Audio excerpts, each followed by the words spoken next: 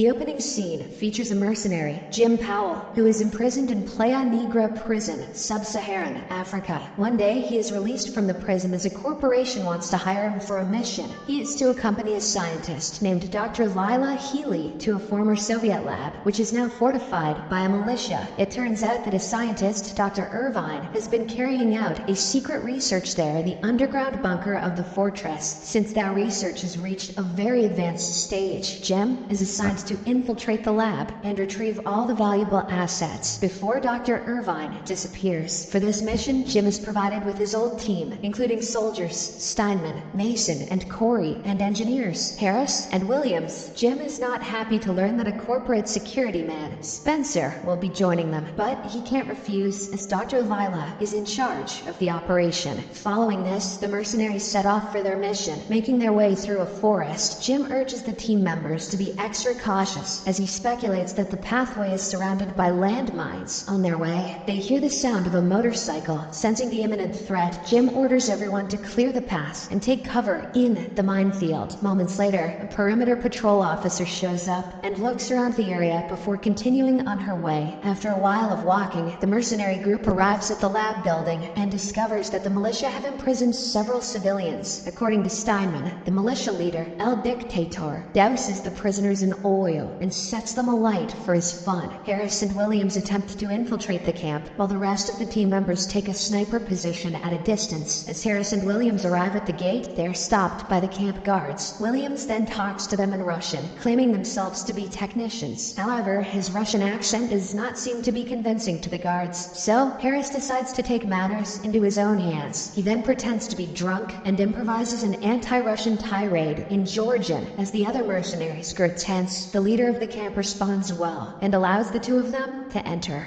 Huh, alcoholism is hilarious. Come on in. Once inside, Williams and Harris take control of the base's security system, after which they remotely guide the rest of the team to the underground bunker. As the team sneaks inside the fortress, they come across a room where a half-naked woman is bound to the ceiling with tape over her mouth. At this point, the team faces a dilemma as they are unable to decide whether they should rescue her or abandon her. Jim asserts that no matter what they do, the militia will find out about the intrusion. In the midst of their deliberation, they hear the sound of approaching footsteps, so they instantly turn off the room's lights and take their positions to attack. As soon as the guard enters, the team grabs him and begins strangling him. In a desperate bid to fight back, the guard opens fire, but the mercenaries manage to kill him. Following this, they turn on the lights, only to discover that one of the bullets has penetrated the captured woman, resulting in her demise. Now, the group is worried that the guards might suspect the infiltration. Shortly after, Spencer comes up with an idea to evade the suspicion. He takes off the dead guard's pants and then unties the captured woman, staging the scene to resemble an assault.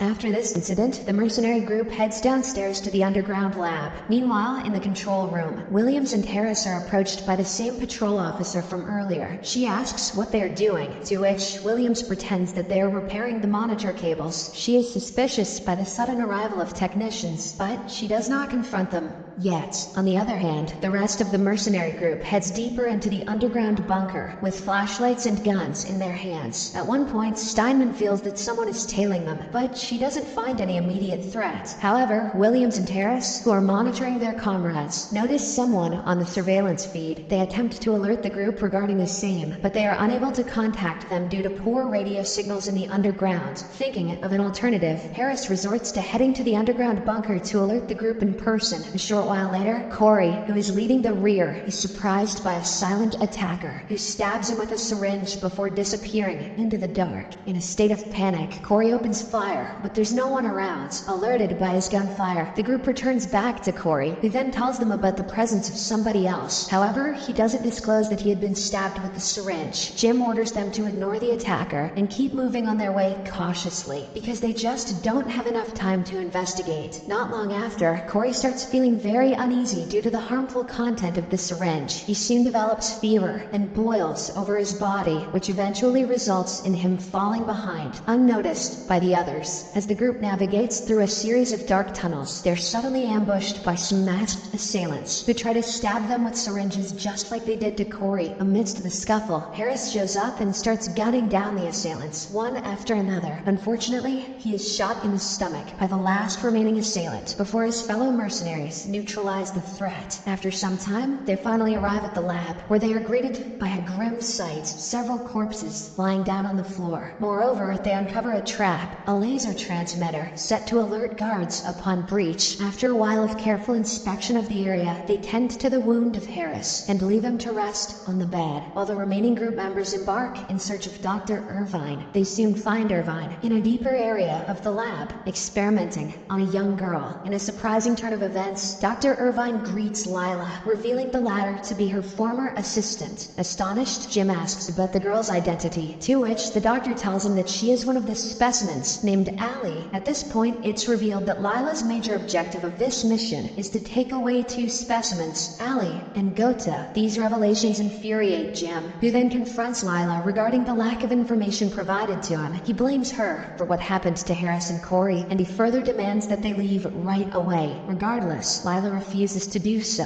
claiming that specimen Allie is pregnant, and moving her in such a state can be fatal. Following this, Jim threatens Dr. Irvine to explain everything that is happening in the lab. In response, the doctor begins to unveil all of the secrets left by the Soviet scientists in the past. At first, she shows them a 2.4 billion-year-old meteorite, which she claims to have been buried in permafrost for 70 million years. She says that the rock contains several organic materials, such as cells, DNA, and genetics. When the Soviet scientists found it, they needed world experts to extract those contents, which is when they approached Dr. Irvine. They then lured her with promises of completely unfettered research, free of any ethical or legal restraints. She created two hybrid creatures by combining human DNA with the meteorite's contents. Furthermore, Dr. Irvine leads them to a special facility where she has kept Gota, a male hybrid with horrible-looking eyes. According to the doctor, these hybrids are just 5 years old, but they have already reached sexual maturity, and she has bred them. The offspring of the pregnant girl will be a second-generation subject who will be more alien than Gota and Allie. Their conversation is suddenly interrupted when Allie experiences labor pain. Sensing the urgency of the situation, Dr. Irvine prepares for the delivery. Despite her efforts to ease Allie's pain with anesthesia and painkillers, none prove effective on the hybrid. After multiple failed attempts, the doctor concludes that Allie won't survive much longer and proceeds to secure the offspring. Irvine's callousness towards the girl's suffering makes Steinman very uneasy. Unable to see her dying in agony, she guns down Allie, freeing her from the painful death. Upon witnessing this, Dr. Irvine asserts how Steinman has caused a loss of valuable assets. However, the latter is still so upset that she vents her anger on the doctor. Before the situation escalates, Jim takes Steinman away from the scene, suggesting that she take some time alone to calm her nerves. It was just a 5-year-old giving birth to an alien. It's not that big a deal. In the aftermath, Lila orders Jim to kill Dr. Irvine because she and her work have now become useless. Jim strictly denies, asserting that he is not an assassin. He then instructs Mason to prepare to leave, but the latter attacks him instead. Here, it's revealed that Harris and Mason have already struck a bargain with Lila, who has offered them a fortune after the mission. On the other hand, Steinman goes to Gota's chamber to inform him that his partner is no more. However, she realizes too late that the hybrid is hostile and has hidden a weapon. He suddenly attacks her and tosses her to the floor, causing her to fracture her limbs. He then walks out to the operation theater, interrupting the commotion among the mercenaries. In an unexpected turn of events, he uses his advanced weapon to blow off Irvine's head before fleeing the scene. After this event, Jim and Mason reconcile as they now have no further conflicts on whether to kill Irvine or not. They then go in search of Steinman, only to find her in a wrecked state. With a common mission to neutralize the threats, Jim, Mason, and Spencer head in search of Gota, while Lila decides to look after Steinman. Minutes after they depart, Lila reveals her evil intentions by administering the injured Steinman with a fatal drug. Following this, she goes to kill Harris in the medical facility as she prepares the same fatal drug. He reveals an unpinned grenade in his hands that blows before she can react. That's what she said. The sound of the explosion reaches the trio's ears, so Mason decides to inspect the matter. As he returns back to the medical facility, he is greeted by a grim sight: unmoving bodies of Harris and Lila. Concerned for Steinman, he rushes to her and finds her dead as well. Mason then goes back to his remaining group members and reports these tragic incidents. Hearing this, Spencer suggests that since the mission has been a complete failure, they should now simply leave together without worrying about any other objectives. Spencer then leads them into an elevator, which he claims to be a secret escape route for Lila. While they head upwards, Spencer goes on a rant, expressing his disappointment for not getting paid. Shortly after, the trio are about to exit the elevator when they are ambushed by a mutated Corey, who instantly kills Spencer. How's that for payment? He then attacks Mason, but Jim manages to shoot him to death. After this, Jim and Mason exit the tunnels and reach the fortress gate, only to find the militia guards engaged in a fierce gunfight with Gota. The two mercenaries eventually reunite with Williams, who appears to have been assaulted brutally by the militia. The trio then take cover in a corner and watch Gota, who is on a killing spree, taking down all the militia members one after another. In a desperate bid to neutralize the threat, Mason offers to sacrifice himself to give Jim the chance to aim his target on Gota. As he walks forward, Lila, who is revealed to have survived the blast, appears from behind and shoots Jim before he can aim at Gota. In a quick retaliation, Williams grabs a shotgun and fires back, killing her on the spot. But by this time, the hybrid splits Mason in two